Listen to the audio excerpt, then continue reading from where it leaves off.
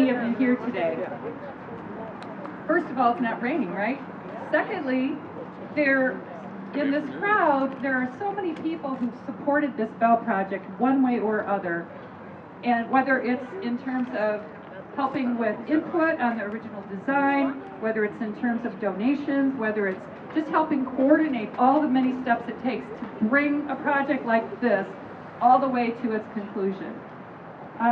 Before we get going, there are a couple of groups and people I want to especially recognize before our presenters begin. First of all, can I see the hands of all the members of the committee that put on this event?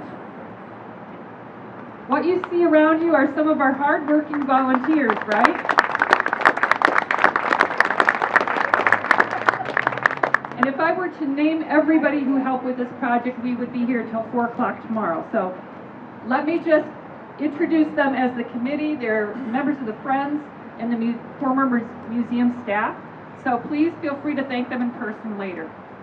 Also, is Rob Hollenbeck here? Rob, are you here? Rob's not here, but I'm representing H2A. Okay, so representing the architect, H2A Architects, is Aaron Warstand. Aaron Warstand. So Aaron is here representing the firm who brought this project to its physical conclusion. So we have a lot to thank you guys for. I guess the way that I think about this project most as museum director, and by the way, my name's Leslie Pilak, I haven't introduced myself, sorry about that, is that it's like the axiom, many hands make light work. Many hands means a lot of people, it's a lot of, moving parts in this project did that. It's really the community that has supported the bell. And that community is pretty large, and this was one of the most satisfying projects I've ever been involved in for that reason. So really what I want to do is thank everyone here because you all contributed. In some ways, you might have purchased a paver, you might have given your input. All of you have done something to help bring this bell project to its end result. So let's have a round of applause for really all of us in Birmingham.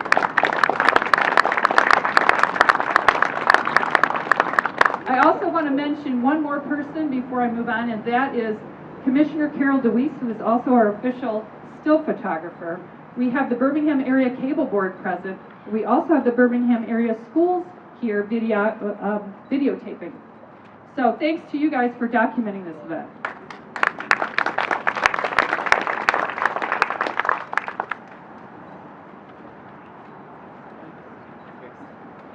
The museum has been committed to telling Birmingham's story, and we have a new initiative that we're launching today as well with this bell project, which includes our new public Wi-Fi system. Our entire grounds in the museum is now Wi-Fi enabled thanks to the Birmingham Area Cable Board and their funding. And what that means is that we can make content available to the public when we're not otherwise open. So on the back of your announcement, you'll see in the corner a QR code. And if you want to use your smart device and log into our Wi-Fi today, you can scan that QR code and it will take you to a very special virtual exhibit that we've prepared on Birmingham's early schools. It's a fun little thing that you can try, excuse me, and then you can let us know what you think. So I want to let you know that we're going to be doing more things like that going forward. At this point, I'm going to turn the microphone over to Russ Dixon, who's been a member and chair of the museum board for many years. Russ? Thank you. Good afternoon, and I want to welcome you to the Birmingham Museum. Hold the mic up. All the way to your mouth. Oh, working now? Yeah. Great.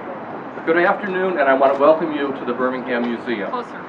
That's our new name, and historical is no longer a part of it.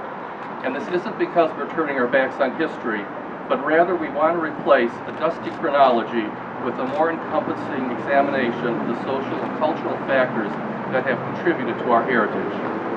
The Hill School was completed in 1869 and the bell installed a few years later. Hill School was our first all-grade, tuition-free school located where Walton House now is. Previously, the high school was by fee and was located downtown Younger students were educated in the old red schoolhouse where the Allen House now stands. The Hill School was demolished in 1969 and the Bell housed in the school administration building. In 2007, the school district donated the Bell to the museum. My earliest recollection of the Hill building goes back nearly half a century when I turned in my driver's training application. I still recall the creaky wood floors, and that wood construction is recalled by the wooden platform that the bell sits on, which you'll see soon. The remainder of the structure is an abstraction of the architectural elements of the original Hill School cupola. In my decade-long tenure on the museum board, this project has been the most memorable, and I'm sincerely grateful for this contribution from the school board, but thankful as well, not only for the contributions of the Rosso Family Foundation, but for their leadership in this project as well. Thank you.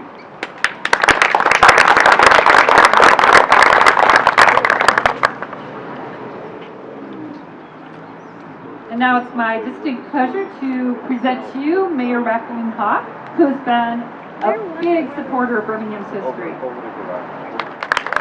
Thank you, Leslie. Well, it's good to see so many people here today. Thank you all for coming out on this special occasion. And first, I'd like to introduce the current city commissioners who are here today. And I don't know if I'm hoping that I've seen you all. There's Patty Boardman here. Why don't you step out so everyone can see you? There's Patty Boardman, and I see Andy Harris. I see Stuart Sherman, Carol DeWeese, our official photographer. Any other commissioners here? Okay, these are the commissioners. We have a few others. There are 7 of us. So thank you also for joining us. I see several past commissioners, and I welcome you here today too. This really is a special celebration, in my opinion, because oftentimes we hear about what's new in Birmingham. We hear about the new buildings, the renovated streets, the new technology. But today we're here to recognize something from the past, an important part of Birmingham's history, the Hill School bell. And the placement of the bell here between the historic Hunter and Allen House is also most appropriate. It's a significant addition in support of the valuable historic preservation of Birmingham. This project is the result of more than 5 years of planning and is a wonderful example of what can be done through the combination of city input, citizen involvement, and private investment in a community project. I want to recognize the many groups and individuals who contributed their time, expertise, and funds in support of this project. First, the Birmingham Public Schools for donating the bell.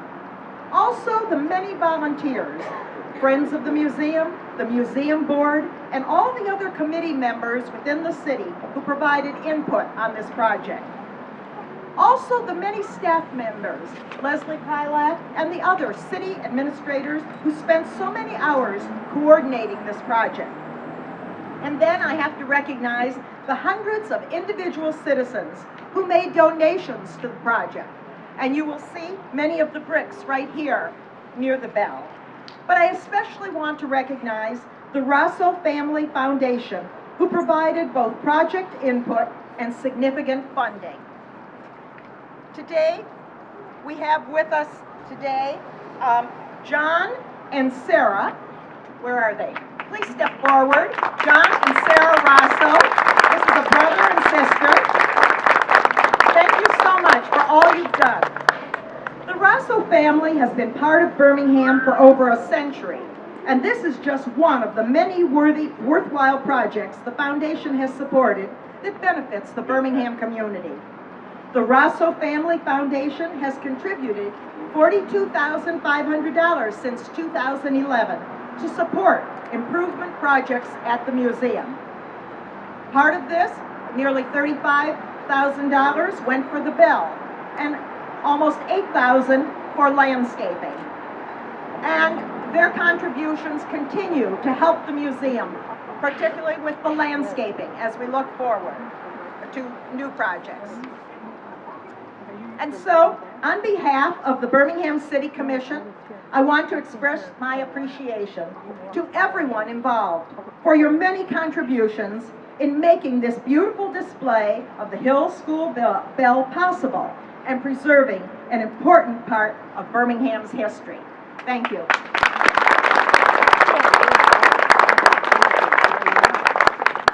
Thank you again, Mayor. And now I'd like to present to you Jerry Rinchler, who is a longtime member of the Birmingham Board of Education, trustee I should say, and former president, as well as having held other offices. Jerry? Thank you so much, Rosie. Let me begin by first thanking all of you, all these distinguished guests that are with us today, for supporting not just this project, but all of us in the Birmingham schools. I know all your faces, and on my behalf of my 20 years on the board, I can't thank you enough. I'm going to start also by thanking President Russ Dixon and Leslie, the members of the museum board, and the friends of the museum, and all their supporters. They didn't plan on, in their strategic plan going out, inheriting the school bell, but they did, and have handled it with just amazing energy and determination. Gotta say thanks for the collaboration of all those folks working on the funding, the design, the installation. On behalf of the Birmingham Board of Education, we cannot thank the Rosso family enough, and not just for the support of this project and kicking it off, but for all the years your family has supported our scholar program and the Birmingham Public Schools. Thank you so much for that generous donation.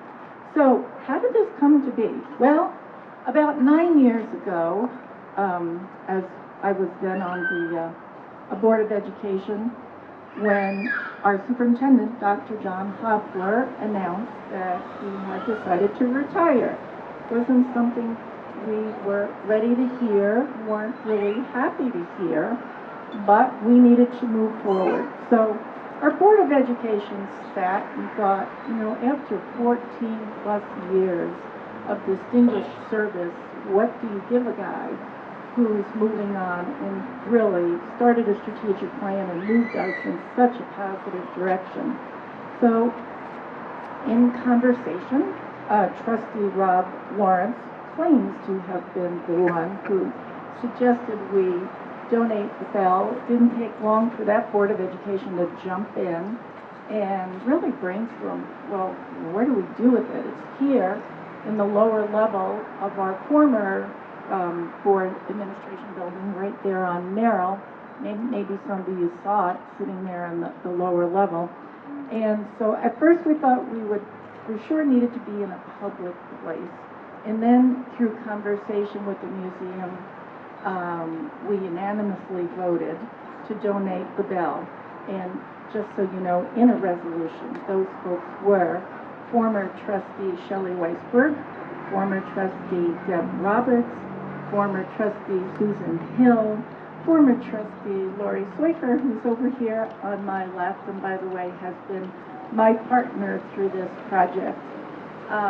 Current sitting trustee Michael Fenberg, and certainly trustee Lawrence. It has been a long road for us. We couldn't be any happier, and on behalf of our current Board of Education, we thank you. I just need to turn the page for a second, because as I was leaving, Trustee Lawrence, who is, I believe, where he usually is, at a water polo match, asked if I would just thank you by saying, we're grateful that our donation of this bell has a prominent home to serve as a touchstone of past contributions and a beacon of future success.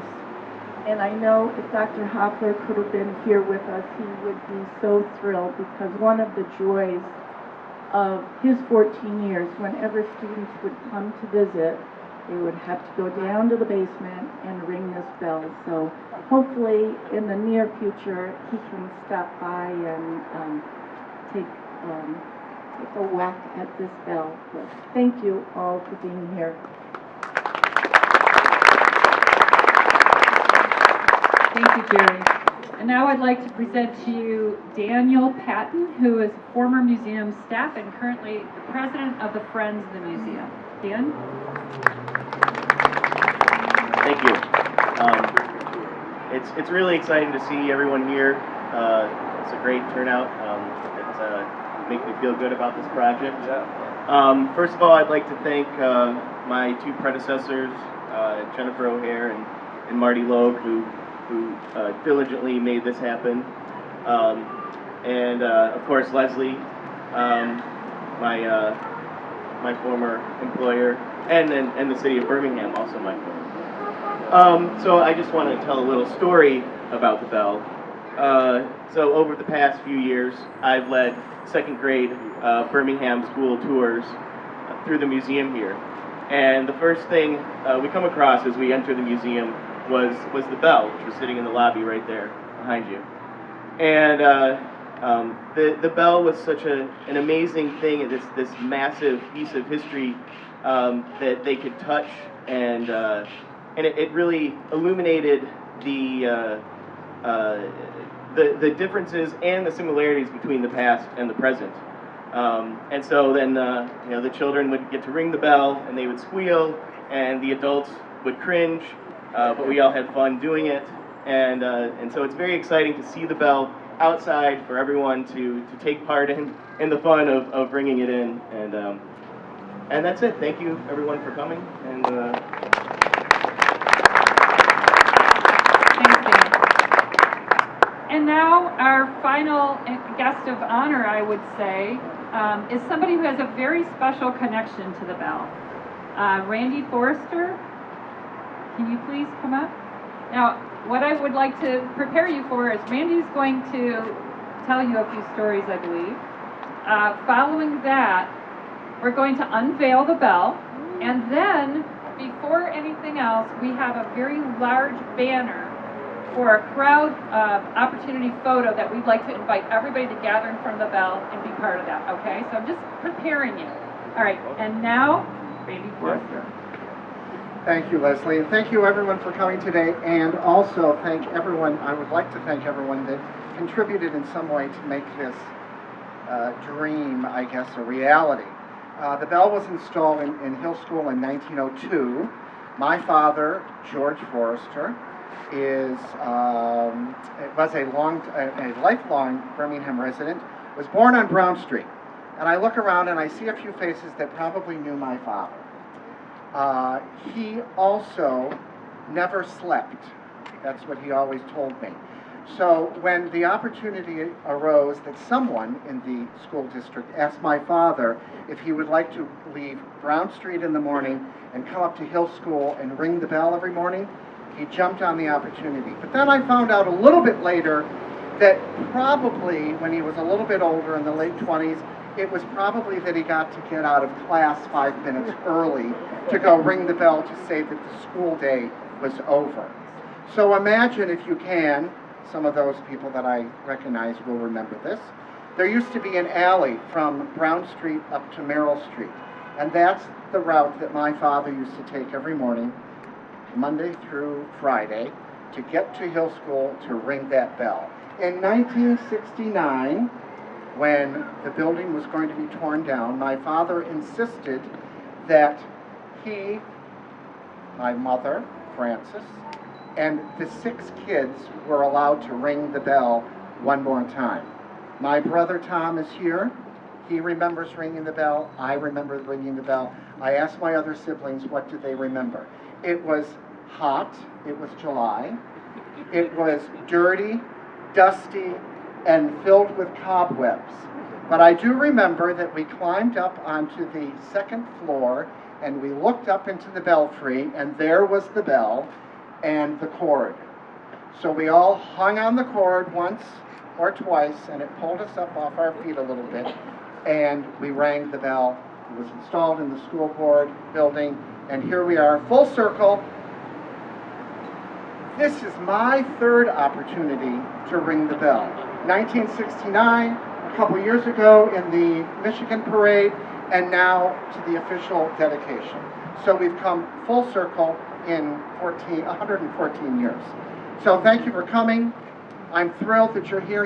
I believe you all have the opportunity with a small donation to ring the bell today. So let's have fun and ring the bell and see if the school kids will come again. Thank you.